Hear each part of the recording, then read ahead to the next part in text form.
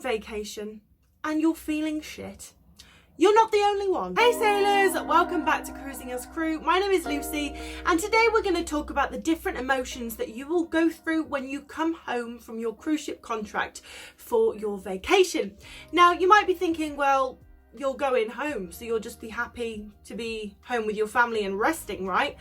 Well, although you are happy to be home after spending 6 to 9 months working on a cruise ship, it actually requires a huge adjustment, and that adjustment can leave some crew members feeling quite depressed. Here on YouTube, there are hundreds of videos advising you on what it'll be like when you get on your ship and how to deal with change when you're working on a cruise ship.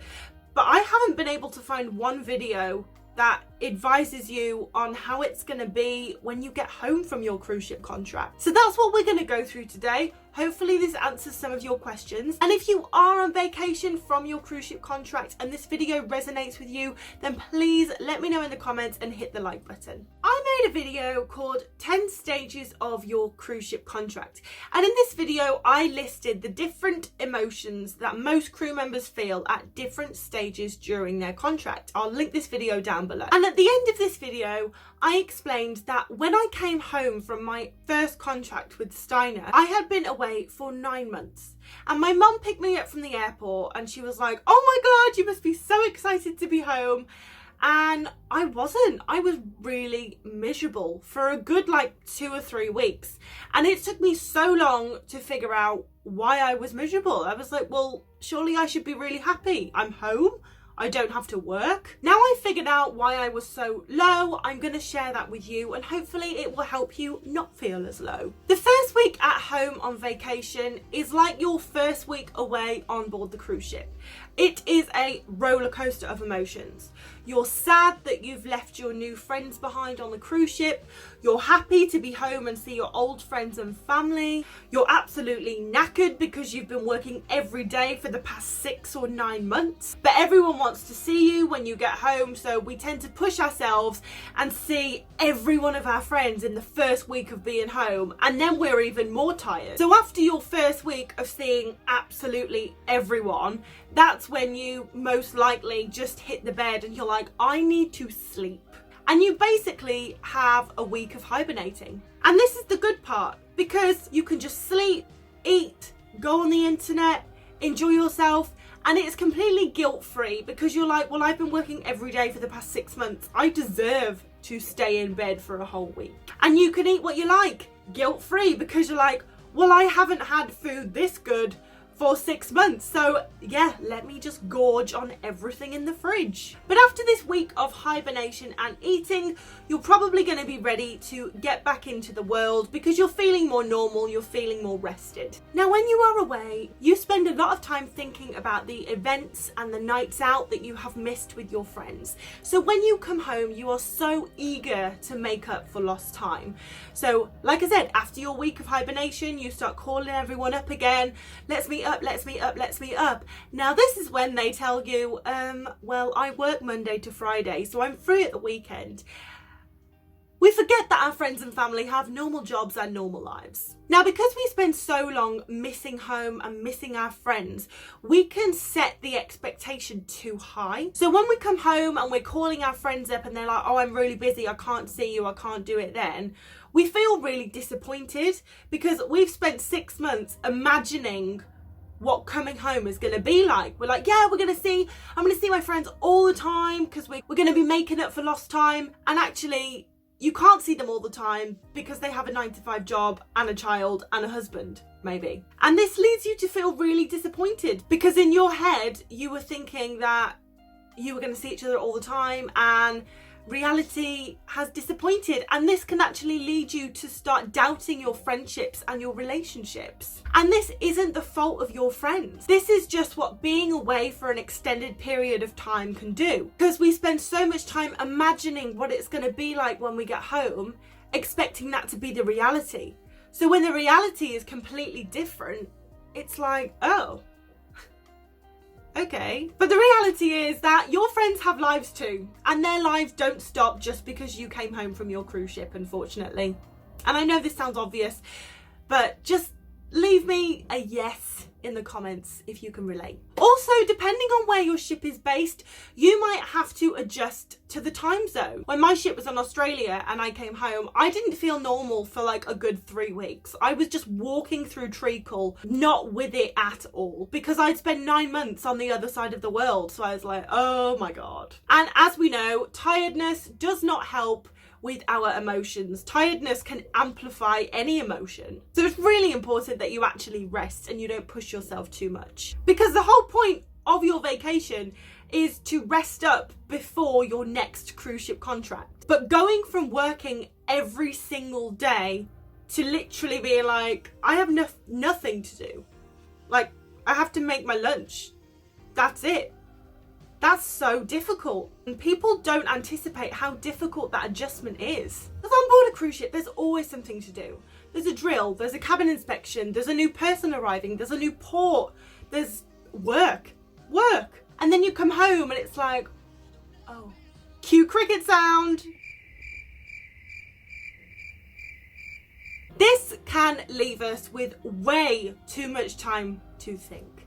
And if you're an overthinker anyway, oh boy, are you in for a ride. Because you have nothing to do, you are like reminiscing on your contract. You're also thinking, do I want to do another one? Maybe I don't want to do another one. Should I have even gone on that one? And you start questioning your life choices. You start questioning your friendships because they're all busy. Not because, you know, they don't like you, they don't want to see you. They're busy because they're genuinely busy. They have lives. But obviously, when we have so much time on our hands, it's like, how dare they be busy and have lives? Even though when we were on a cruise ship and we're really busy, we probably only called them maybe once a month. But now we have nothing to do. We're like, be here all the time. Also, another thing we do with all this time is we gorge on internet, because most likely if you were on a cruise ship, the internet was pretty shocking. So to come home and, you know, you probably do have Wi-Fi, you're scrolling all the time and you're looking at your friends' pictures that are still on the ship. You know, they're having a nice day off in port, they're on the beach, they're posting these great pictures on Facebook, and you're not there and you're in England and it's raining and you're like, oh my God, I wish I was still on the cruise ship. And we just get so much FOMO, it's ridiculous. Something that I've noticed is when I've come home from a cruise ship, I've like forgotten how hard it was, and I only look at it with rose-tinted glasses. Like when I remember my contracts with Steiner, I don't remember the long hours or the sales targets. I just remember the amazing ports, the amazing people, and the amazing parties, the 3 Ps. I just look back on it and I'm like, oh, it was so good. And this is why many people, they leave a contract really tired and they're like, I'm not doing another cruise ship contract, and then they spend like a month at home and they're like, let me just apply for another ship. I don't know what happens, but like, it's, you can only see the good bits and you forget all about the bad bits. So my advice is, after having many vacations off cruise ships, I have now kind of come to master how to avoid feeling really depressed, second guessing myself, feeling anxious, feeling like I'm useless because I have nothing to do. So I'm going to share that with you. The first thing is, don't see all your friends as soon as you come back. So what I do is I tell like 90% of people that I'm coming back a week later than I actually am. So I'll only probably tell my parents that I'm coming back on the day that I'm coming back. That means that I can get home and I have a week before everyone's like, can I see you? When can I see you? When can I see you? So during this week, I sleep. I try and get my body back on the right time zone. I look through Facebook and Instagram. I eat as much food as I possibly can, and I sleep all week. And honestly, that might sound like an exaggeration, but trust me, you've been working every single day for 6 months. You need to sleep. Then after you have had this week of hibernating and eating and just being a hermit, then start contacting people and arranging to meet up with them. Now, it's so tempting to just cram it all into 1 week because you're so excited to see everyone. But trust me, that's not the right thing to do, because what happens is you have 1 week that is chock-a-block with meetups, and then you have the rest of the 3 weeks of the month where you're not going to see anyone. So the best thing to do is spread these meetups across the month. So I don't know, if you have 8 friends, see 2 of them a week. This is going to prevent you from feeling lonely. It's going to prevent you from second guessing your friendships. And also it gives you something to do and something to look forward to. So definitely try and spread these meetups out as much as you can. Although it is so tempting to literally just sit on Instagram and Facebook and Pinterest for hours on end because you can, don't do it. Do not do it. You'll feel worse for it. What I do is when I come home, especially in the first few weeks of coming home, I give myself an hour a day limit.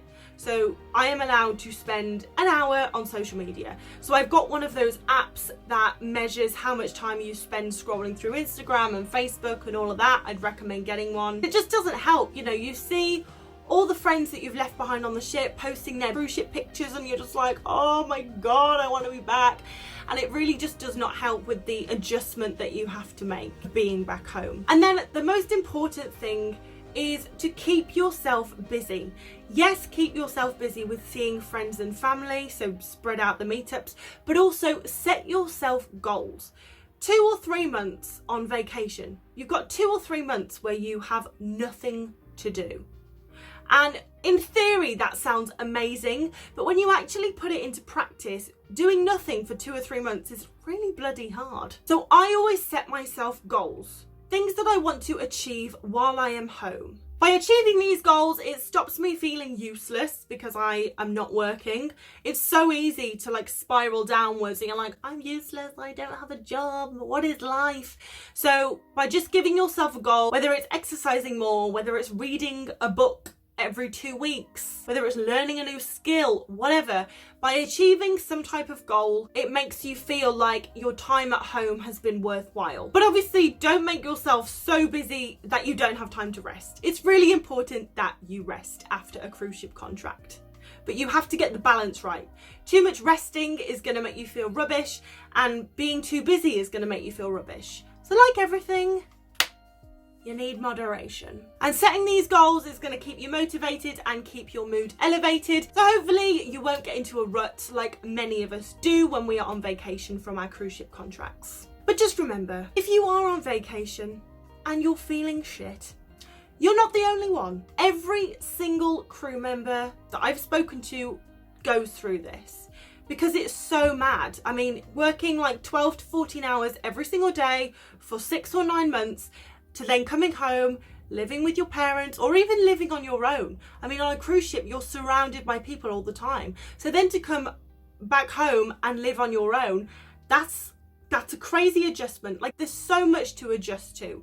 So if you're feeling shit, let yourself feel shit. It's completely normal. Just like when you go on a cruise ship and you can feel homesick, when you come home, you're going to feel cruise sick. It's a thing. So don't be too harsh on yourself.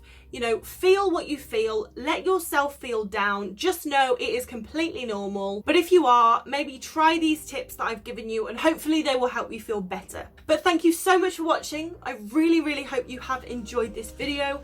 If you have, let me know in the comments and hit that notification bell. But I hope you feel better and I will see you in the next